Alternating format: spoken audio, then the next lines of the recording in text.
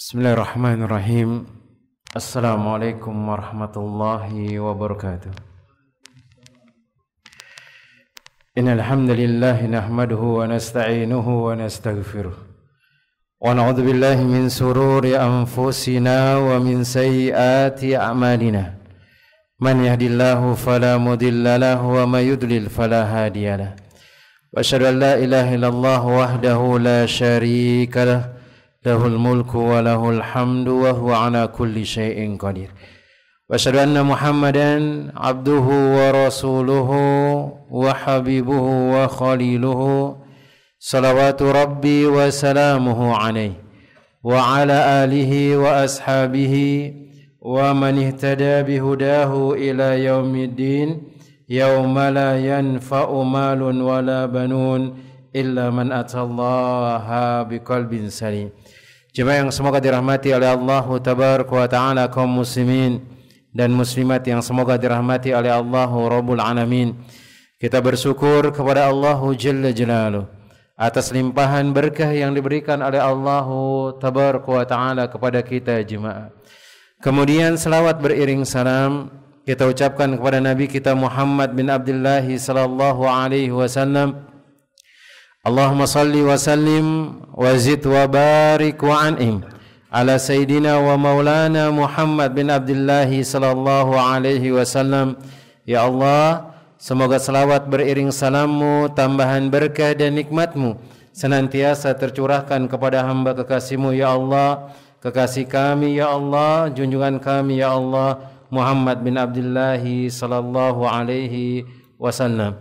Jemaah yang semoga dirahmati oleh Allah Tabaraka wa Ta'ala, alhamdulillah pada kesempatan sore hari yang berbarokah ini kita bisa duduk kembali, kita bisa melanjutkan pelajaran dan kajian kita, dan ini adalah nikmat dari Allah Rabbul Alamin. Nikmat yang harus banyak kita syukuri, karena ternyata dengan duduk, dengan mempelajari agama Allah Tabaraka wa Ta'ala, Nabi sallallahu alaihi wasallam mengatakan sahalallahu laka bihi tariqan ilal jannah, maka Allah akan memudahkan untukmu jalan menuju surga Allah Tabaraka wa Ta'ala. Dan apalagi yang kita mau minta dari Allah Tabaraka wa Ta'ala kalau bukan surganya Allah Rabbul Alamin, kalau bukan keridhaan Allah Tabaraka wa Ta'ala, kalau bukan keberkahan dari Allah Rabbul Alamin. Karena itu memang tujuan kita hidup di dunia ini. Bahkan kita melakukan ibadah untuk mengharapkan pahala, mengharapkan keridhaan kepada Allah dan dimasukkan ke dalam surga Allah Rabbul Alamin. Dan kita mengatakan inna salati wa nusuki wa mahyaya wa mamati lillahi rabbil alamin. Aku ibadah salat, aku menyembelih hidup dan matiku hanya untuk Allah Tabaraka wa Ta'ala, yaitu mencari keridhaan Allah Tabaraka wa Ta'ala. Dan di antara cara mencari keridhaan Allah adalah mempelajari agama yang diajarkan oleh Allah Rabbul Alamin dan Rasulnya sallallahu alaihi wasallam. Jemaah yang semoga dirahmati oleh Allah Tabaraka wa Ta'ala, kita lanjutkan pelajaran dan kajian kita. Masih membahas kitab yang dituliskan oleh Syekh Fuad bin Abdul Aziz, yaitu Kitabul Adab atau kumpulan adab Islami atau etika seorang muslim yang hendaknya dimiliki untuk kehidupan sehari-hari. Dan ingat, terkadang dalam adab ini ada yang sangat remeh sekali menurut kita. Tetapi sejatinya dengan melakukan amalan tersebut walaupun remeh, mudah-mudahan hal yang remeh itu yang akan membuat orang masuk ke dalam surga. Dan berhati-hati pula dengan melakukan maksiat yang remeh pula, karena sejatinya terkadang maksiat yang remeh itu yang akan membuat orang sengsara. Sebagaimana dalam hadis Nabi sallallahu alaihi wasallam tentang masalah taharah, beliau pernah melewati sebuah kuburan atau dua kuburan, kemudian beliau mengatakan innahuma la yu'adzabani wa la yu'adzabani bikabirin, sesungguhnya dua orang di dalam kuburan ini lagi diazab oleh Allah Tabaraka wa Ta'ala bukan dengan perkara yang sangat besar menurut kita, perkara itu remeh menurut kita, tapi ternyata bahayanya sangat besar. Mana dia? Yang pertama, ternyata ada di antara mereka yang dia lam yastatiru minal bauli. Dalam hadis yang lain, lam yastanzihu minal bauli, dia tidak menutup darinya dari buang air kecil, kelihatan auratnya. Kemudian yang berikutnya dalam hadis yang lainnya, lam yastanzihu minal bauli, dia tidak menjaga dirinya dari percikan air kencing. dia kencing karena percikan bajunya, kemudian dia gunakan solat. Hati-hati dengan hal tersebut. Maka di antara imam kita yang sangat tegas dengan hal tersebut adalah Imam Syafi'i rahimahullahu taala. Beliau bahkan mengatakan, barang siapa yang dia membawa najis ketika solat, dia buang air kecil, kemudian kepercik ke bajunya, dan dia tahu dengan hal tersebut, kemudian dia solat, maka solatnya itu adalah batal, kata beliau. Maka dengan kita mempelajari walaupun sedikit dari kebaikan, mudah-mudahan itu yang membuat kita masuk ke dalam surga Allahu Jalla Jalaluhu. Maka beliau mengatakan di sini di antara adab-adab makan dan minum yang ke-13, yaitu halaman 214. Maka beliau mengatakan larangan mencela dan menghina atau merendahkan makanan tersebut. Ini enggak boleh. Sebagaimana yang disebutkan dalam hadis Abu Hurairah radhiyallahu taala anhu, bahwasanya beliau mengatakan Rasulullah sallallahu alaihi wasallam tidak mencela makanan sekali saja. Apabila beliau menghendaki suatu makanan, maka beliau memakan makanan tersebut, dan apabila beliau tidak menyukainya, maka beliau meninggalkan dan tidak memakannya. Kemudian mencela makanan di antaranya dengan mengatakan terlalu asin, kurang asin, kecut, tipis, kertas, kemudian kurang matang dan lain sebagainya, seperti sebagaimana yang disebutkan oleh Al-Imam An-Nawawi Asy-Syafi'i rahimahullahu taala. Maka Imam Nawawi mengatakan, sekadar kita mengatakan terlalu asin makanan ini, enggak enak, kurang asin makanan enggak enak, kecut makanan ini enggak enak, maka Imam Nawawi mengatakan itu adalah bentuk celaan. Ini imam kita, imam dari kalangan madhab Imam Syafi'i rahimahullahu ta'ala. Dan sebab larangan itu karena makanan adalah ciptaan Allah yang tidak boleh dicela. Alasan lainnya bahwa mencela makanan akan menyakiti perasaan pembuat makanan, sehingga ia akan merasa sedih dan tersinggung karena dialah yang menyiapkan dan menyajikannya. Maka dari itu Nabi sallallahu alaihi wasallam menutup pintu ini agar jangan sampai sedih mendapati, atau jangan sampai sedih mendapati pintu untuk masuk ke dalam hati seorang muslim. Dan syariat Islam selalu datang dengan hal seperti ini. Ini remeh jemaah, remeh. Tetapi Nabi SAW mengajarkan hal tersebut dan disebutkan oleh Imam An-Nawawi rahimahullahu taala. Kemudian di sini ada permasalahan jemaah yang semoga dirahmati oleh Allah Rabbul Alamin. Apakah hadis ini bertentangan dengan keengganan Nabi SAW ketika beliau disajikan dop, yaitu kadal gurud? Dan apakah sabda beliau sallallahu alaihi wasallam tentang dop ini mengatakan, aku merasa kasihan kepadanya, dan dalam riwayat yang lain, aku sama sekali tidak memakan daging seperti ini. Apakah ini tergolong mencela makanan? Maka beliau menyebutkan tidak ada pertentangan antara kedua hadis tersebut, dan sabda Nabi sallallahu alaihi wasallam tentang dop tidak tergolong mencela makanan. Sabda beliau ini tidak lain merupakan pemberitahuan akan sebab mengapa beliau tidak memakannya, yaitu beliau tidak menyukai makanan jenis ini dan bukan kebiasaan beliau memakannya. Dan bahkan Imam Nawawi rahimahullahu taala beliau mengatakan bukanlah kebiasaan beliau memakannya. Kemudian beliau mengatakan adapun hadis yang menyebutkan bahwa Nabi sallallahu alaihi wasallam meninggalkan memakan dop tidak termasuk mencela makanan, melainkan merupakan pemberitahuan bahwa ini adalah makanan yang khusus yang beliau tidak menyukainya. Tetapi jemaah yang semoga dirahmati oleh Allah tabaraka wa taala, ada sebagian ulama mengatakan boleh hal tersebut kalau memang orang yang memasak itu butuh untuk diperbaiki, maka silakan. Dan kita dilarang itu mencela bahkan mencaci maki. Maka ana lebih condong kepada kalau memang dia mencaci maki kemudian dia merendahkan makanan tersebut. Adapun misalnya dia mencuci makanan kemudian kurang asin, kemudian dia ambil garam, dia masukin ke dalam makanan tersebut, atau mungkin keasinan kemudian dia ngambil air kemudian ditambahkan air supaya tidak terlalu asin, maka insyaallah itu tidak menjadi masalah. Sama seperti ketika kita di rumah kemudian istri kita memasak makanan tersebut, kemudian kita disuruh dicicipi makanan tersebut, bagaimana rasanya, apanya yang kurang, apakah kurang pedas misalnya ataukah kurang asin, maka biasanya sang suami ketika mencicipi mengatakan ini kurang asin. Maksudnya itu adalah supaya bisa dirubah dan bukan untuk mencela dan menyakiti perasaan orang yang memasak tersebut. Maka silakan ketika orang yang memasak itu minta untuk dikritik makanannya, minta untuk dibenarkan apa yang kurang, maka ana rasa tidak menjadi masalah. Karena sejatinya yang menjadi ilah di sini, yang menjadi alasan makanan itu tidak boleh dicela, makanan itu tidak boleh dihina dan direndahkan, karena akan mendatangkan rasa sedih kepada orang yang menyiapkan dan orang yang memasak makanan tersebut. Kemudian yang berikutnya jemaah yang semoga dirahmati oleh Allah Jalla Jalaluhu. Yang berikutnya di antara adab makan dan minum yang ke-14, maka beliau menyebutkan di sini hukum minum dan makan sambil berdiri. Karena sering kita lihat ada orang itu makan sambil berdiri, kemudian dia tidak duduk. Apalagi kalau kita dapati lagi ada acara pernikahan, tidak disiapkan kursi, kemudian acara pernikahannya itu makanannya banyak. Sering kita dapati hal tersebut. Orang-orang yang datang kondangan mencicipi ini berdiri, mencicipi itu berdiri.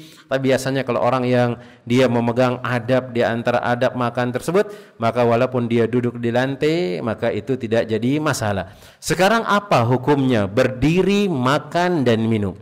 Maka beliau menyebutkan di sini para ulama berbeda pendapat tentang hukum makan dan minum sambil berdiri. Atau beliau memfokuskan di sini tentang masalah minum. Hukum tentang minum sambil berdiri. Dan perbedaan pendapat ini di antara mereka bermuara pada sejumlah hadis yang sahih. Ada hadis-hadis yang mereka ini membuat jadi perbedaan pendapat. Yang secara zahir, sebagaimana hadis-hadis tersebut menerangkan larangan minum sambil berdiri, sedangkan sebagian yang lainnya dilakukan ternyata sebaliknya. Ada larangan tidak boleh makan minum berdiri atau minum berdiri, ternyata hadis yang lainnya ada yang menjelaskan beliau minum sambil berdiri. Maka ini yang menjadikan para ulama berbeda pendapat. Maka kita akan lihat dalil-dalil tentang yang pertama, yaitu hadis-hadis tentang larangan minum sambil berdiri. Yang pertama adalah hadis Anas bin Malik radhiyallahu taala anhu. Maka beliau meriwayatkan bahwasanya Nabi sallallahu alaihi wasallam melarang minum sambil berdiri. Dan dalam riwayat yang lainnya disebutkan bahwa Nabi sallallahu alaihi wasallam melarang seseorang minum sambil berdiri. Ini dia. Kemudian yang kedua, dan ini adalah hadis yang dibawakan oleh Imam Muslim, Imam Ahmad, At-Tirmidzi, Abu Dawud, Ibnu Majah dan Ad-Darimi. Kemudian yang kedua, hadis yang kedua adalah hadis berasal dari Sa'ad Al-Khudri, Abu Sa'id Al-Khudri radhiyallahu taala anhu, bahwasanya dia berkata, Nabi sallallahu alaihi wasallam Nabi sallallahu alaihi wasallam asyurbu qa'iman. Nabi sallallahu alaihi wasallam melarang orang itu minum sambil berdiri. Kemudian yang ketiga, ini ada 3 dalil yang dibawakan oleh ulama yang mengatakan enggak boleh minum sambil berdiri. Kemudian nanti akan dikiaskan minum saja enggak boleh, apalagi yang lebih berat lagi yaitu makan. Karena biasanya kalau orang minum itu sebentar saja, ambil air, teguk, selesai. Adapun dan tentang makanan, maka itu lebih bab yang lebih utama lagi, harus dilarang.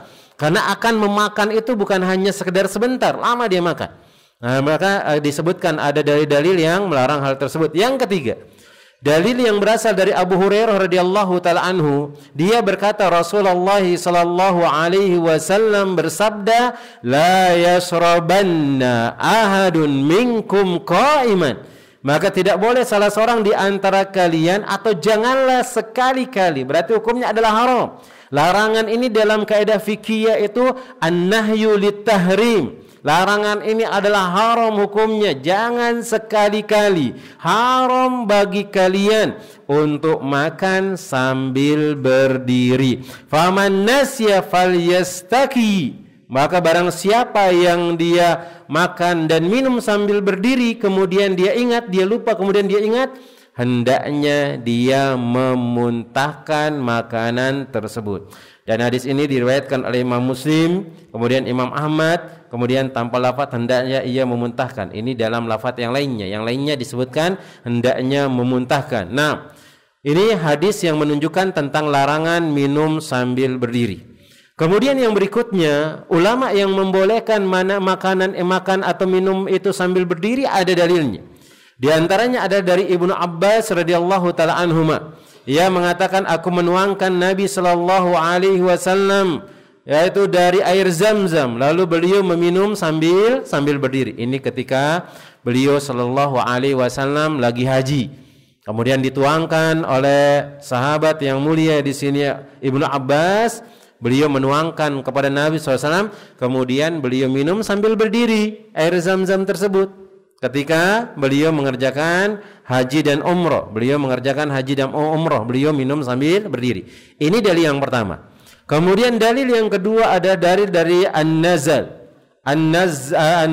Nah, ia berkata, Ali radhiyallahu taala anhu datang ke Masjidil Haram menuju pintu Ar-Rahbah. Lalu ia minum sambil berdiri. Ini dilakukan oleh Ali radhiyallahu taala anhu.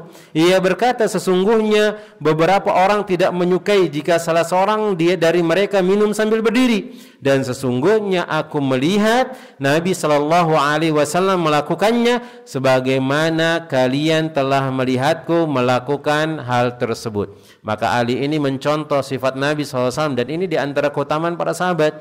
Apapun yang dilakukan oleh Nabi SAW dicontoh. Dia enggak peduli apakah ini ada keutamaannya atau enggak ada keutamaannya. Enggak perlu dicari keutamaan, enggak ada keutamaannya. Kalau sunnah Nabi yang mengerjakan sami'na wa ata'na. Sami'na wa ata'na, kecuali kalau memang ada larangan yang tegas. Kayak seperti enggak boleh seorang itu nikah lebih daripada 4, maka enggak boleh. Ada larangan tegas. Kalau membolehkan 1, 2, 3, 4 silakan. Adapun yang sampai 5, 6, 7, 8, maka jelas itu adalah sesuatu yang diharamkan oleh Allah Tabaraka wa Ta'ala dan Rasulnya. Adapun yang enggak ada dalil tentang pengharamannya, kemudian Nabi SAW melakukan hal tersebut, bukan khususiyahnya Nabi SAW, maka tetap boleh kita kerjakan. Boleh kita kerjakan. Apalagi kalau benar-benar memang itu dikerjakan oleh Nabi, ibadah bahkan disampaikan oleh Nabi SAW, maka tidak ada jalan kita untuk membantah dan menghinanya. Bahkan kita mengatakan, oh kok kayak seperti ini. Ada orang jenggotan, dia mengatakan jenggotan itu kambing misalnya. Hati-hati. Engkau secara tidak sadar akan menghina sunnah Nabi Sallallahu Alaihi Wasallam, dan itu adalah bukti kebencian kepada Nabi Sallallahu Alaihi Wasallam. Katanya cinta kepada Nabi SAW, tapi banyak sunnah Nabi dia remehkan, dia hina, dia rendahkan. Hati-hati dengan hal tersebut. Itu bisa menjadi penghalang kita untuk tidak bisa datang ke telaga Kausarnya Nabi Sallallahu Alaihi Wasallam, dan itu mungkin bisa akan membuat kita dicampakkan ke dalam neraka. Kemudian beliau mengatakan di sini, karena sesungguhnya aku telah melihat Nabi SAW minum sambil berdiri, dan jika aku minum sambil duduk, sesungguhnya aku telah melihat Nabi SAW minum sambil duduk. Ini digabungkan sama Ali radhiyallahu taala. Beliau kalau duduk berarti beliau melihat Nabi SAW minum sambil duduk. Beliau berdiri berarti beliau juga pernah melihat Nabi SAW minum sambil berdiri. Nah, kemudian yang ketiga, hadis yang membolehkan minum sambil berdiri. Di antaranya adalah hadis yang berasal dari Ibnu Umar radhiyallahu taala anhuma. Dan Ibnu Umar ini luar biasa, kita dapat sejarahnya sahabat yang sangat-sangat mencontoh semua perbuatan Nabi SAW. Dicontoh semuanya. Bahkan Nabi SAW pernah kencing berdiri di tempat sampah sekelompok atau di kampung sebuah kaum. Beliau sengaja datang ke sana. Sengaja datang ke sana, Ibnu Umar. Dilihat kemudian kencing di posisi yang sama dengan cara atau arah yang sama, Ibnu Umar. Bahkan Nabi Shallallahu Alaihi Wasallam pernah singgah di tempat atau ada musola kecil untuk sholat dan tidur berbaring di sana. Beliau pun seperti itu, mengerjakan sholat sunnah kemudian istirahat sebanyak Nabi Shallallahu Alaihi Wasallam istirahat di sana. Ibnu Umar radhiyallahu taala anhuma. sahabat yang luar biasa, yang sangat mulia di sisi Nabi Shallallahu Alaihi Wasallam dan sahabat yang lainnya. Beliau pun mengatakan di sini, di zaman Rasulullah Shallallahu Alaihi Wasallam kami minum sambil berdiri, kami makan sambil berjalan. Kami makan sambil berjalan. Nah, nanti akan disebutkan bagaimana cara penggabungkan dua-duanya. Karena sering kita lihat ada orang yang sambil makan kita tegur, karena memang kebiasaan kita seperti itu. Kayak kurang adab gitu, makan minum sambil berdiri dan seterusnya. Kemudian yang berikutnya adalah asar dari Aisyah radhiyallahu taala anha. Kemudian Sa'ad bin Abi Waqqas bahwasanya keduanya membolehkan seorang minum sambil berdiri. Ibnu Umar dan Ibnu Zubair pun melihat minum sambil berdiri. Maka di sini jemaah yang semoga dirahmati oleh Allah Jalla Jalaluhu, berdasarkan dalil-dalil yang zahir bertentangan dengan dalil sebelumnya. Maka para ulama berselisih dalam menentukan hukumnya. Pendapat yang tepat atau paling tepat menurut saya, kata beliau di sini, Syekh Fuad bin Abdul Aziz, adalah apa yang dikatakan oleh Syekhul Islam Ibnu Taimiyah dalam fatwanya. Beliau mengatakan akan tetapi menyatukan hadis-hadis tersebut dengan menyatakan adanya keringanan di saat memiliki udzur, itu adalah lebih tepat, kata beliau di sini rahimahullahu taala. Maksudnya apa? Makan dan minum, ada dalil yang mengatakan tidak boleh berdiri maka minum, tidak boleh minum, makan dan minum. Kemudian dalil yang lainnya mengatakan boleh berdiri makan dan minum. Maka seorang muslim dalam pelajaran ilmu hadis jemaah disebutkan oleh para ulama, kalau ada hadis-hadis yang sahih kemudian yang bertentangan, yang paling pertama harus dilakukan bukan dibuang salah satunya jemaah lah. Tapi kata para ulama, al-jam'u bainahuma min babil aula min tarki ahadihima. Menggabung antara dua dalil tersebut lebih utama daripada meninggalkan salah satunya. Apalagi dia adalah hadis-hadis yang sahih. Hadis-hadis yang dibawakan oleh para sahabat, disahihkan pula oleh Syekh Al-Albani rahimahullahu taala dan yang lainnya. Maka Syekhul Islam beliau menggabungkan di sini hukum asalnya Nabi sallallahu alaihi wasallam melarang, kemudian beliau melakukannya. Berarti ini menunjukkan dibolehkan kalau memang ada udzur. Dibolehkan kalau memang ada udzur. Mana dia? Ketika dia mungkin berdiri makan dan minum, maksudnya dibolehkan ketika ada udzur, tidak ada tempat duduk, dia tidak bisa duduk di lesehan, misalnya kotor semua, maka dibolehkan menurut beliau. Kemudian beliau mengatakan, hadis-hadis serupa menyebutkan tentang larangan minum sambil berdiri. Tercantum dalam As-Sahihah bahwasanya Nabi SAW melarang minum sambil berdiri. Tentangnya diriwayatkan dari Qatadah, kemudian dari Anas bahwa Nabi SAW melarang minum sambil berdiri. Qatadah berkata, kami bertanya bagaimana dengan makan, maka beliau mengatakan hal itu lebih buruk dan jelek. Sebagaimana tadi Anda sebutkan, minum saja dilarang yang cuma sebentar, bagaimana dengan yang makan. Adapun hadis-hadis yang memberikan keringanan seperti hadis yang diriwayatkan dari As-Sahihain, dari Ali ibnu Abbas, ia berkata Nabi SAW minum dari air Zam-Zam sambil berdiri, dan hadis yang diriwayatkan oleh Al-Imam Al-Bukhari dari Ali bahwa Ali berada di tanah lapang yang berpasir dan ia minum sambil berdiri. Kemudian ia berkata sesungguhnya manusia dimakruhkan minum sambil berdiri, dan Rasulullah SAW pernah melakukan seperti apa yang aku lakukan. Dan hadis Ali ini di dalamnya telah diriwayatkan sebuah asar yang menyebutkan Rasulullah sallallahu alaihi wasallam melakukannya ketika minum air Zam-Zam sebagaimana disebutkan dalam hadis dari Ibnu Abbas. Hal ini dilakukan ketika melaksanakan haji dan orang-orang di sana melaksanakan tawaf dan minum dari air Zam-Zam. Mereka minum dan memintanya di tempat itu tidak ada tempat duduk. Hal ini beliau lakukan selang waktu sedikit sebelum beliau wafat. Maka jadilah hal ini dan yang semisalnya termasuk yang dikecualikan darinya sebagai larangan. Perkara ini diambil dari perkara syariat bahwa larangan dari sesuatu menjadi boleh ketika ada hajat. Bahkan hukum pembolehan lebih ditekankan dari sekedar dibolehkan, atau hukum pembolehannya lebih ditekankan dari sekedar dibolehkan ketika ada hajat. Demikian pula perkara haram yang memang haram untuk dimakan dan diminum seperti bangkai, darah akan menjadi boleh jika dalam keadaan darurat.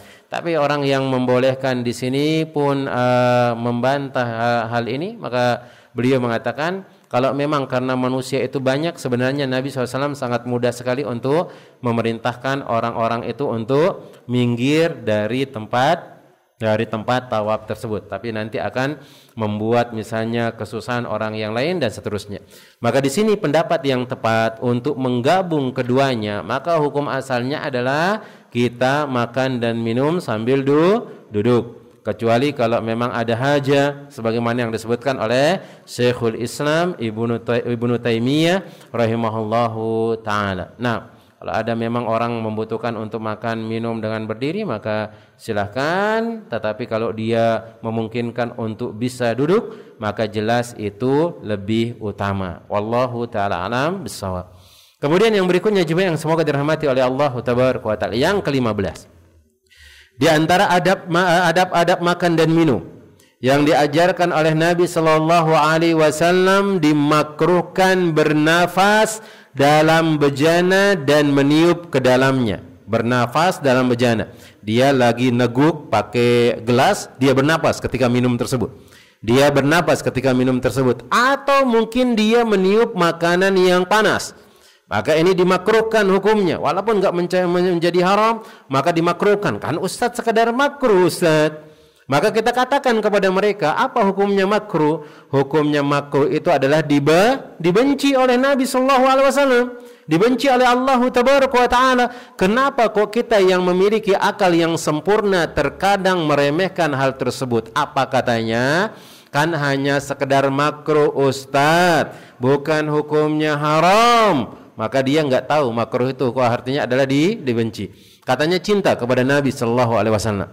Katanya sayang kepada Nabi sallallahu alaihi wasallam, tetapi dia mengerjakan sesuatu yang dibenci, dan sangat-sangat buruk sekali pemikiran tersebut. Ketika dia memiliki istri, kemudian istrinya membenci dia melakukan suatu pekerjaan atau suatu makanan, dia berusaha untuk meninggalkan hal tersebut.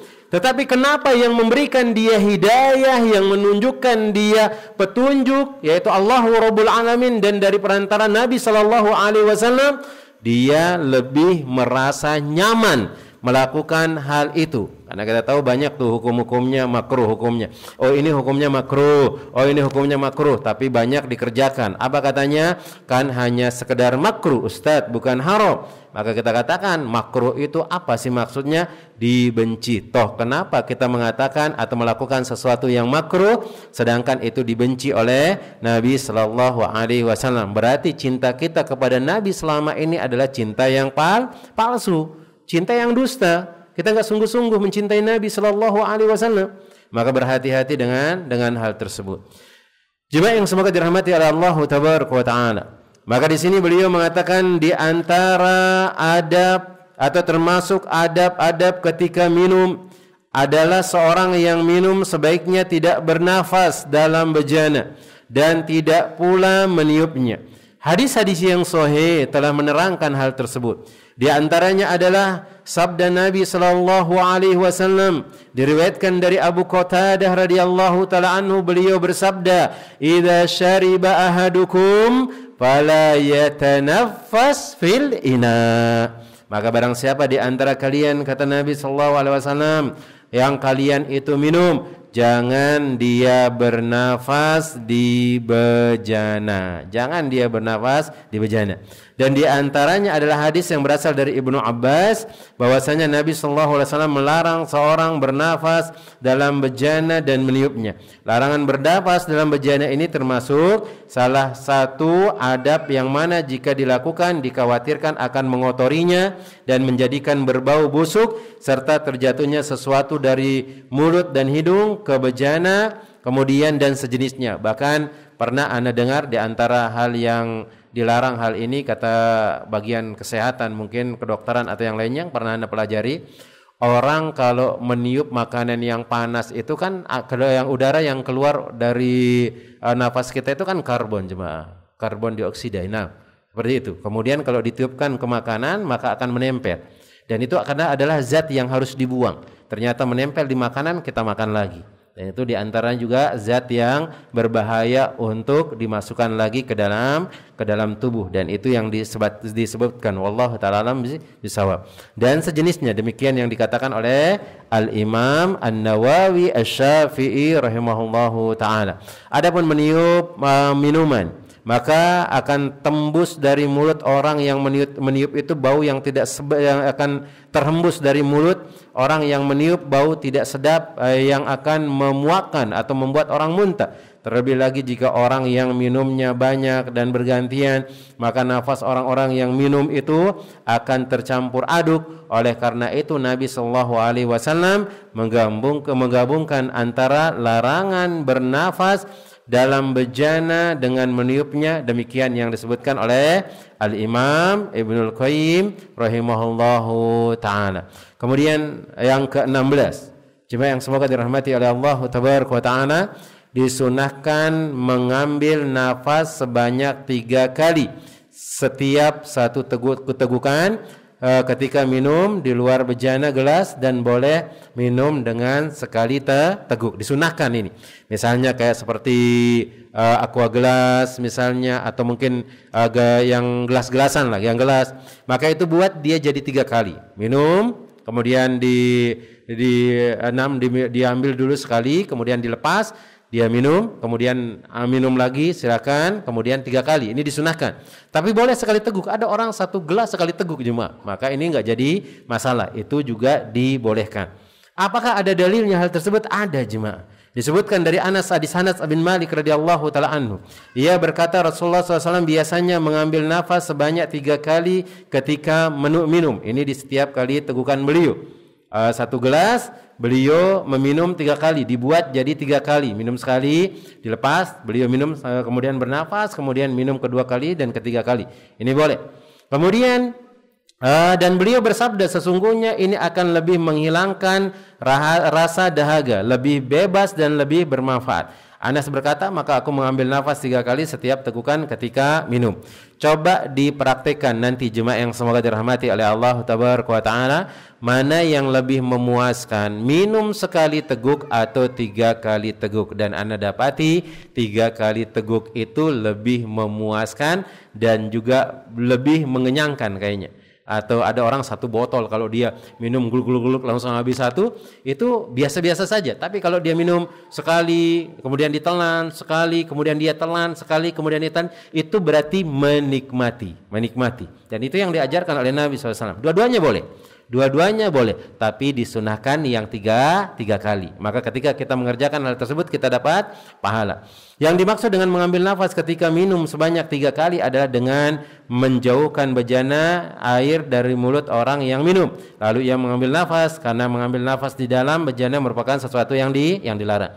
Dan dibolehkan minum dengan sekali teguk dan tidak termasuk sesuatu yang dimakruhkan. Hal ini ditunjukkan oleh hadis dari Abu Sa'id Al-Khudri bahwa ia mengunjungi Marwan bin Hakam dan dia berkata kepadanya, apakah engkau telah mendengar bahwa Rasulullah SAW melarang menghembuskan nafas di bejana air? Maka Abu Sa'id berkata, benar. Maka seorang berkata, wahai Rasulullah, sesungguhnya dahagaku tidak hilang hanya dengan sekali nafas. Lalu beliau bersabda, jauhkanlah, kemudian cerek air dari mulutmu, kemudian ambil nafas. Ini yang 3 kali. Dia minum dulu, penuhin mulutnya, dia jauhkan gelasnya. Misalnya dia minum sekali teguk, lepas, dia bernafas, minum lagi sekali teguk, lepas, dia bernafas, minum lagi sekali teguk, dia lepas. Dibuat 1 gelas itu 3 kali. Tapi kalau mungkin porsinya banyak, ya susah untuk membuat 3 kali. Apalagi gelasnya besar misalnya, nggak bisa 3 kali diminum itu. Ya boleh berkali-kali, tapi jangan bernafas di bejana tersebut. Nah, kemudian beliau pun mengatakan, orang itu pun berkata, aku melihat ada kotoran dalam cerek tersebut. Beliau bersabda, maka buanglah. Imam Malik mengatakan, aku melihat dalam masalah ini terdapat keringanan, yaitu tidak mengapa seorang minum hanya dengan mengambil satu kali nafas, satu kali. Dia minum langsung habis semuanya. Dan aku melihat rukhsah ini berdasarkan penjelasan yang ada dalam hadis. Sesungguhnya dahagaku tidak hilang hanya dengan sekali nafas. Syekhul Islam menyatakan hadis di atas menerangkan bahwa sekiranya rasa dahaganya telah hilang hanya dengan sekali nafas dan tidak diperlukan lagi mengambil nafas, maka hal itu dibolehkan. Dan aku tidak mengetahui ada imam yang mewajibkan mengambil nafas 3 kali dan mengharamkan nafas 1 kali. 6. Jemaah yang semoga dirahmati oleh Allah tabaraka wa taala. Ini diantara adab makan dan minum yang bisa kita sampaikan pada kesempatan sore hari yang berbarokah ini, dan insyaallah kita akan lanjutkan di pertemuan yang berikutnya. Sampai nanti di sini adabnya 22, kemudian kita akan masuk tentang bab yang ke-10, yaitu bab atau adab-adab buang hajah, qada'il hajah. Allah taala alam shawab. Maka di sini yang kita dapati yang pertama yang kita bahas di sini larangan mencela atau mencaci maki atau menghina atau merendahkan makanan. Maka ini tidak boleh dihina. Siapa sih yang masak? Kok masaknya buruk kayak seperti ini? Kok seperti ini? Beda dengan seorang istri yang memasakkan ke suaminya kemudian nanya, apakah ini keasinan atau yang lainnya? Tapi bagaimana Ustadz? Ada istri kita yang masak kemudian memang keasinan, maka sampaikan yang baik kepada istri kita. Kayaknya kurang air seperti itu. Kenapa? Agak sedikit asin. Tapi kita kan tetap makan. Kita bukan mencelanya itu. Untuk memperbaiki. Mungkin kita juga mengatakan kayaknya kurang garam, tambahkan garam. Boleh, silakan. Yang penting tidak menyakiti perasaan orang yang memasak tersebut. Kemudian makan dan minum sambil berdiri. Maka beliau menyebutkan hukum asalnya adalah makan dan minum dengan duduk. Adapun hadis-hadis yang membolehkan berdiri itu kalau memang ada hajah. Kalau memang ada hajat. Tapi sebagian yang lain mengatakan memutlakan boleh makan dan minum sambil berdiri. Boleh. Ada menerangkan hal tersebut. Nah, tapi kalau memang itu adalah adab Nabi SAW, maka jelas kita utamakan ya makan dan minum sambil duduklah. Nah, kecuali kalau memang ada keperluan. Kemudian yang berikutnya adalah bernafas di bejana. Ini dilarang oleh Nabi SAW. Walaupun tidak mencapai haram, maka tetap kita jaga diri kita. Bahkan sebagian orang mengatakan hukumnya adalah haram. Kemudian yang berikutnya di sini yaitu bernapas dan meniup bejana. Maka ini larangan. Kemudian yang berikutnya ketika minum dia disunahkan 3 kali tegukan atau sekali tegukan. Maka silakan. Ketika dia minum jangan bernapas di bejana, dia buat jadi sekali tegukan boleh, dia buat jadi 3 tegukan juga boleh. Allahu taala alam bissawab. Mungkin ada pertanyaan, tafadhol sebelum kita cukupkan. Nah, mungkin dari ibu-ibu ada pertanyaan.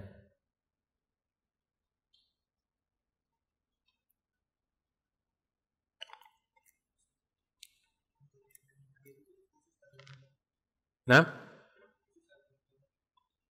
apakah untuk minum berdiri itu terkhusus untuk air zam-zam? Lah, disebutkan dari hadis-hadis yang lainnya, di antaranya Ali radhiyallahu taala anhu. Beliau enggak minum air zam-zam, beliau berdiri.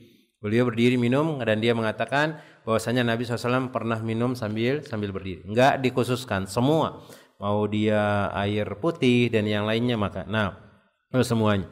Kalau ada hajat, karena ilahnya di sana itu bukan air zam-zam. Ilahnya apa? Karena banyak orang dan enggak bisa duduk. Itu ilahnya, bukan karena air zam-zamnya, karena ilahnya. Ilahnya itu maksudnya alasannya. Kenapa beliau berdiri minum air zam-zam?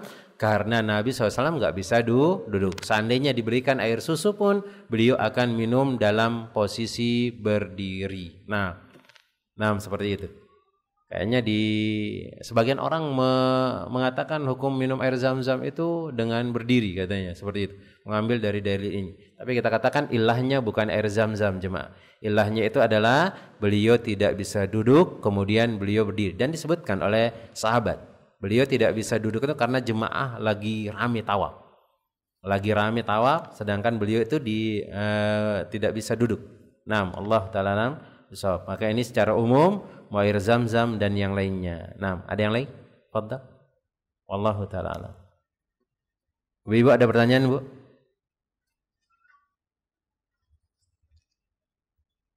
Enggak ada. Nah, Allah Ta'ala alam so, mungkin ini yang dapat kita pelajari dalam kesempatan sore hari yang berbarokah ini. Sedikit-sedikit, nggak jadi masalah. Tadi rencana Anda mau habisin, ternyata nggak bisa habis. Takutnya nanti terlalu lama dan membuat kita kadang ada orang yang jenuh karena saking lamanya. Sedikit-sedikit yang penting rutin. Kan ingat disebutkan oleh Nabi SAW, ahabul a'mali indallahi adwamuha wa in qalla. Sedikit tapi terus menerus. Maksudnya apa? Ya kita duduk di pengajian juga walaupun sebentar-bentar nggak jadi masalah. Tapi terus menerus pengajian datang, jangan pernah absen kalau bisa. Nah, itu akan menjadi amal jariah kita. Kemudian semoga Allah Tabaraka wa Ta'ala memudahkan semua urusan kita, urusan dunia dan akhirat. Kemudian semoga Allah Tabaraka wa Ta'ala memberikan kita keberkahan dengan hal tersebut dan memasukkan kita semua ke dalam surganya. Amin ya rabbal alamin.